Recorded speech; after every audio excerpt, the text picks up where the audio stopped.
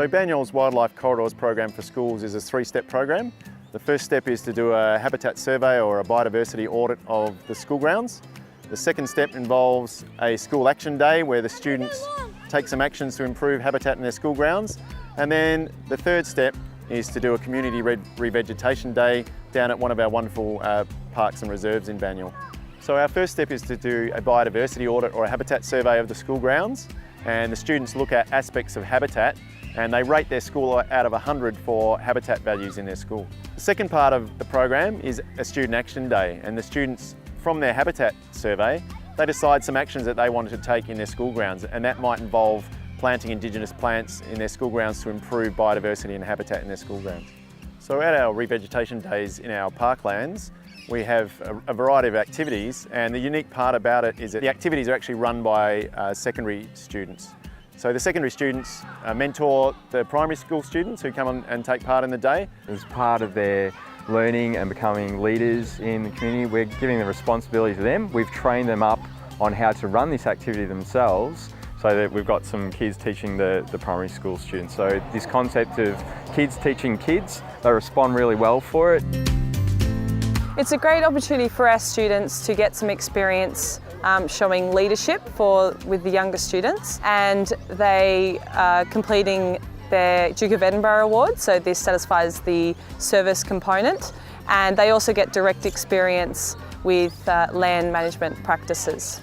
The revegetation days are a partnership between Greening Australia and Banyule City Council and the Wurundjeri people.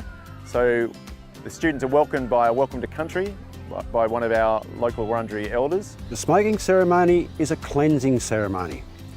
It's a cleansing of the Aboriginal people, it's the cleansing of all peoples. The Aboriginal philosophy is that smoke is a cleanser of country, and it's now proved scientifically that that is the actual fact. For the plants to grow, that they actually need some sort of, traditionally it's been called fire, but we now know it's not the fire, it's the smoke created by the fire.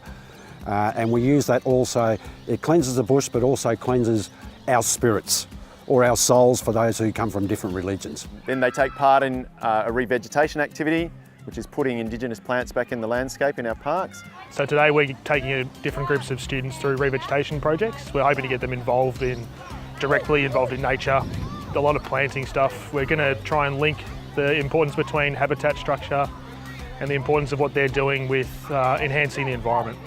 They look at water watch, so checking out what are the water bugs in our water which let us know whether our water's clean or not. So they're looking at the macroinvertebrates to indicate the quality of the water here.